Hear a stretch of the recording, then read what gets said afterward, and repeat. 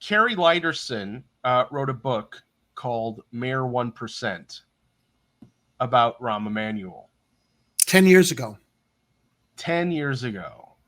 And Jerry found this amazing video that was from C-SPAN's book TV show from, I believe, November of 2013.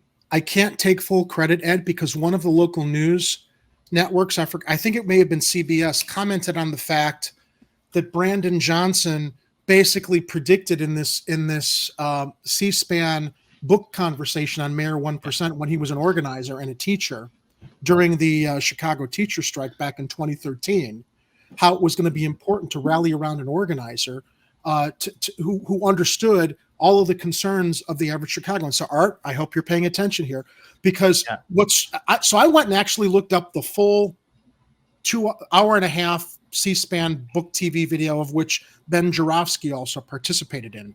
And you know what strikes me, Ed? All of the news organizations, all they paid attention to was Brandon Johnson's comments on a radio interview about defunding the police. Yeah, Can you imagine? Can you imagine had they looked at this video from 10 years ago and presented this instead? Because it fully represents where we were and why we got to this place, with Lori Lightfoot basically being a speed bump. Okay, so let me. I compiled the highlights from this C-SPAN book TV video, and you will be astonished at how prescient and how much Brandon Johnson was foreshadowing the future at a time where I can't even imagine his running for mayor was a blip on his radar. So, without further ado, this is from C-SPAN. It's an honor to be a public school teacher. And 10 years ago, everybody, pay attention. And the threat against public education is not a conspiracy. It's real. The attack on public education, we can find the attack on public education at the very inception of this country. I think it's interesting that before Rahm Emanuel became the mayor of Chicago and there was some flirting of him running, the president of the United States said that he thought that Mayor Emanuel would make a great mayor. Little did we know that he was only speaking for the 1%. And I think that we have to be extremely critical of both political entities that are dead set on destroying public education. And when you look at the narrative around this country, and you see Republican governors, Democratic mayors that are all committed to the interests of private corporations that want to shape education in their image. Paul Vallis? Let's also be very clear that these are the same corporate interest groups that have found their foothold here in Chicago, that are also looking to turn a profit off of public education. Everything we've been talking about. In Chicago, the budget for public schools is $6 billion. I wonder what it is now. It's a lot of money that the corporate interest groups want to make sure that they have their hands on. And so we have to be very clear, just like we've introduced here in Chicago what a fight could look like around the country, that the group that says that they are in favor of our children, that they want to provide choice and opportunity for our parents, Jerry, they're not telling the truth. They're being extremely disingenuous. You cannot separate public. Yeah, I was just looking to get the mouse over there. Go ahead. Okay, so 2013, Brandon Johnson says the Chicago Public Schools budget was $6 billion. It is currently $9.4 billion. It's a lot of money. So that's in 10 years. A lot of money for private charter interest schools, private charter school interest to get their tentacles over on top of around.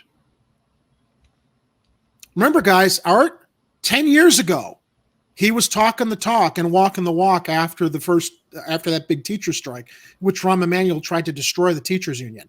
When you hear his concerns for students, you're going to understand that's why we're at this moment here. And the guy was true from 10 years ago through now what he ran on. All right, let me resume the video. Public education from the conversation of poverty, because poverty in this country actually matters.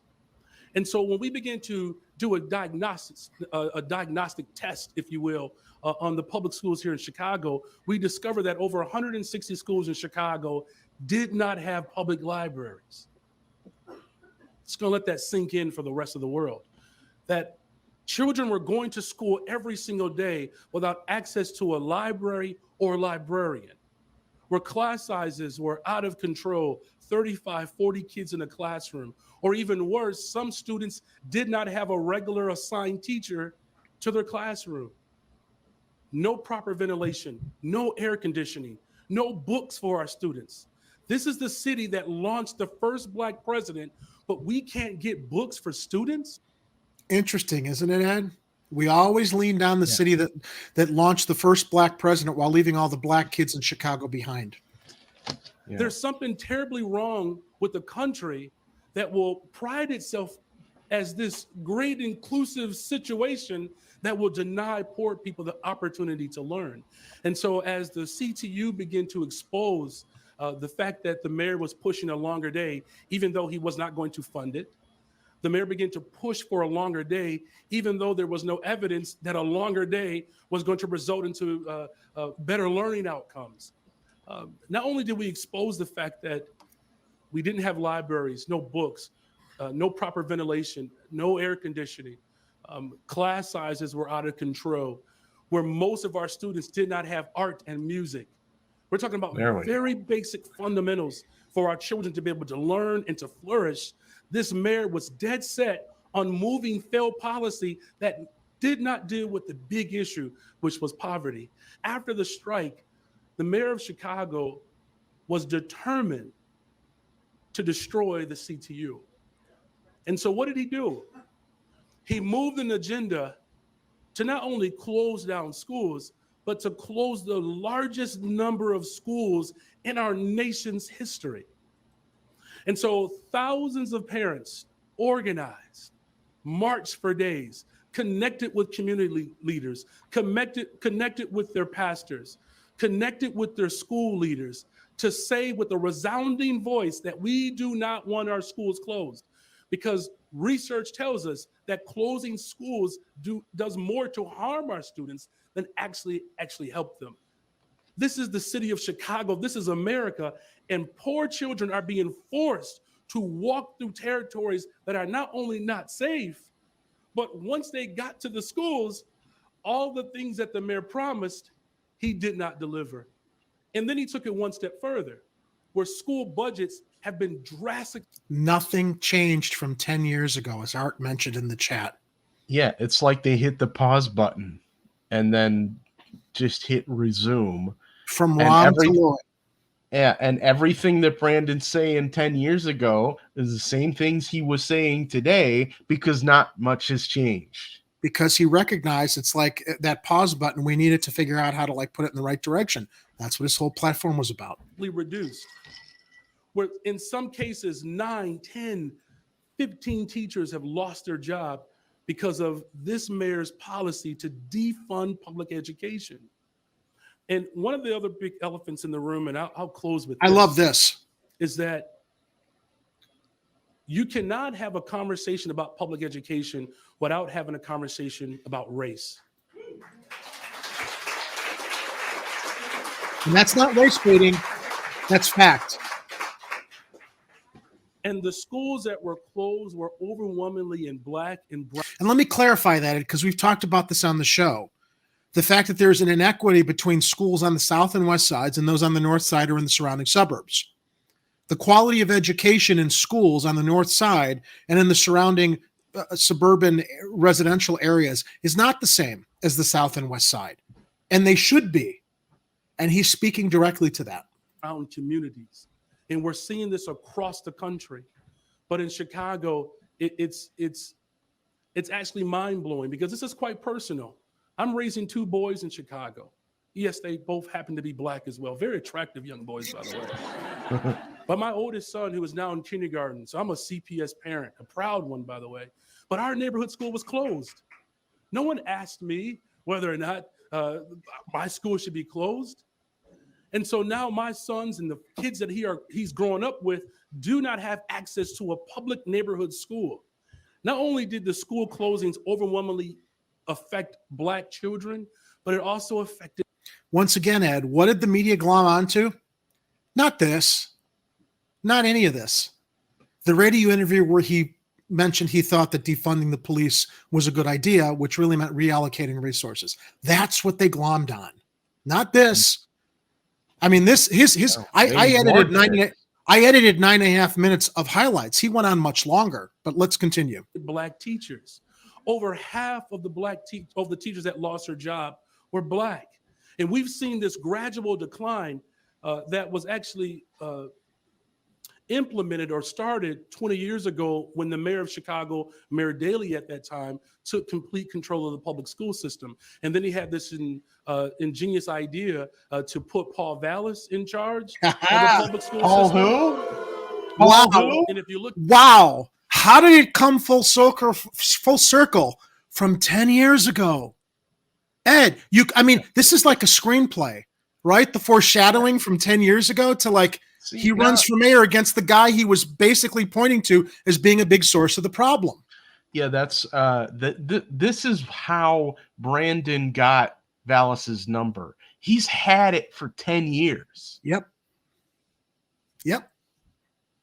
At Paul Vallis's record, Paul Vallis is actually the grandfather of privatization and corporate takeover of public schools. And so Paul Vallis has gone to Chicago, where public schools have been destroyed, New Orleans, public schools have been destroyed, Philadelphia, public schools have been destroyed. You get the point. And finally, when he got to Connecticut, those folks up there said, "Oh, we know what you're about." And they sent him packing, but they sent him back to Illinois. Get the fuck out.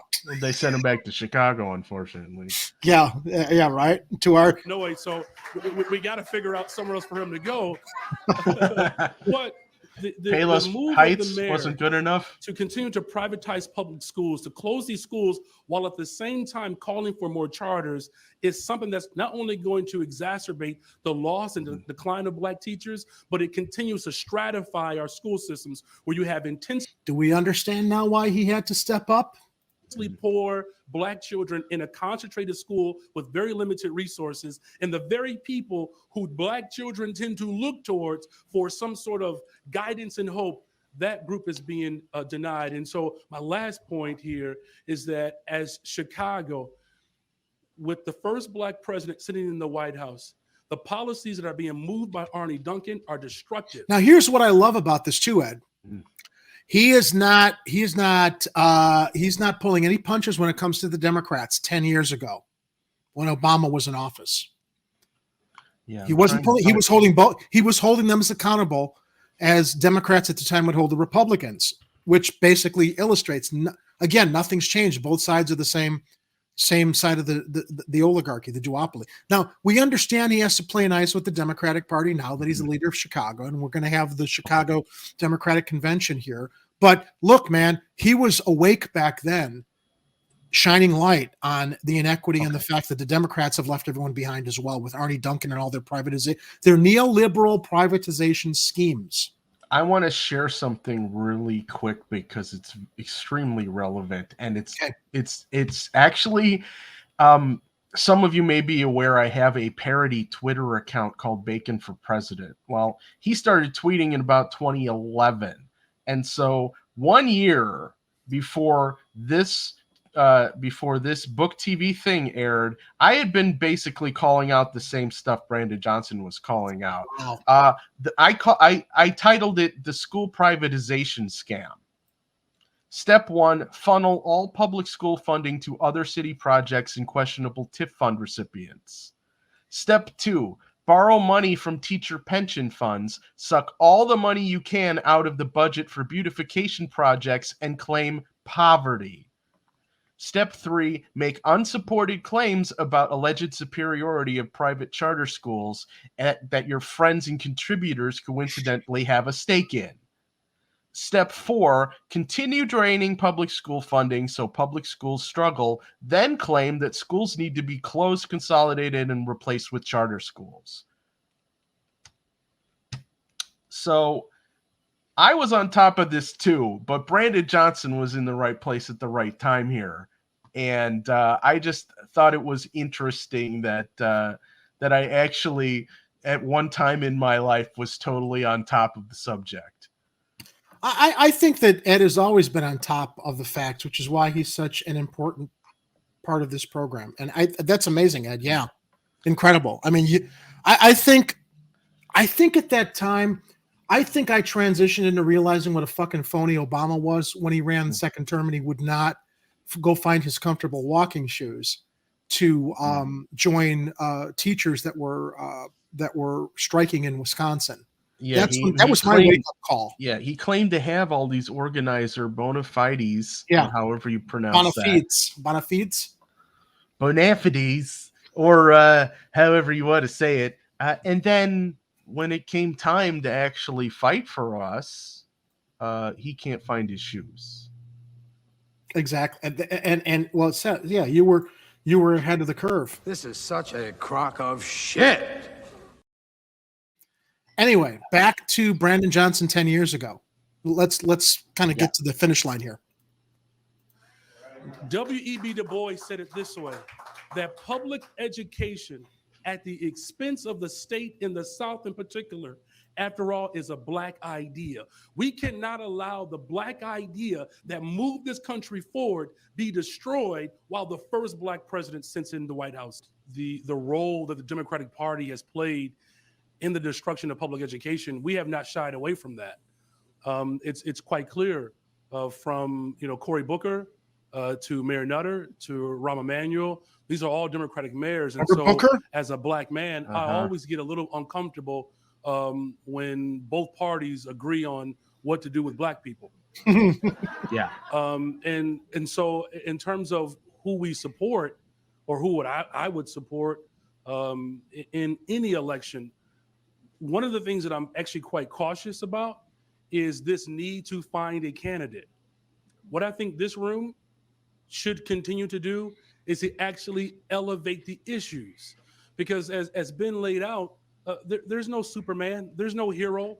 The heroes are actually those in the room right here that are on the front line every single day. And if a candidate emerges out of the movement, then let's push that individual or individuals forward. But I'm confident that we will rise out of the dust as we continue to organize, and candidates will emerge. And who knows, those candidates just might be in this room.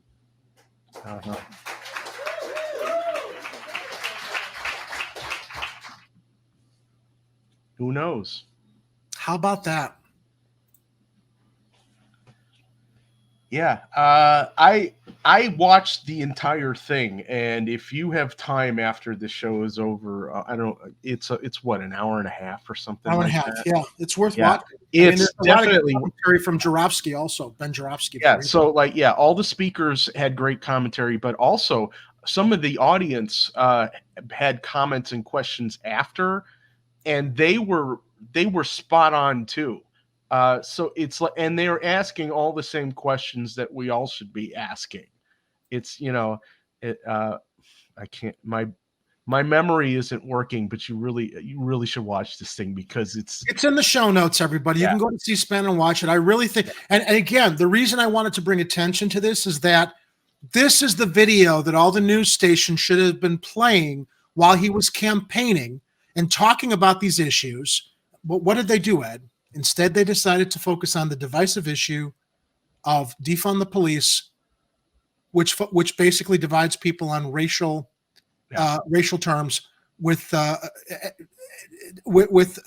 and basically gives them ammunition to say, oh well, he's a racist because he wants anarchy, man. This is all about black culture, which is what we're seeing on social media with these fucking knuckleheads who aren't brave enough to put their social media profiles up there with their photos with white hoods on, right? Yeah, and instead of recognizing the needs of the Chicago public school system, they chose to make the teachers union some existential threat against the city, on par with corporate interests and the police union. And I'm like, why? How is anyone buying this? There are still people on social media who are excusing Paul Vallis without acknowledging the fact he hasn't paid his campaign workers, man. Yeah. The financial wizard who was going to turn Chicago around paid $700,000 to Amara Enia's brother to put up and take down lawn signs. that he filed a lawsuit against him for it because he didn't win the election and now it's sour. He's got buyer's remorse. That's the guy they thought would like fix the city when he was an empty suit that was basically going to represent all the corporate privatization interests that wanted to come in here and scoop the rest of it up after Emanuel and Lightfoot. Yeah. And the crazy thing now is that all these knuckleheads on social media right now are saying how Brandon's going to turn Chicago into the next Detroit. And I was like, he's not the one who was trying to privatize anything that wasn't nailed down. I mean, so it's just it's a disconnect in their brains, I think.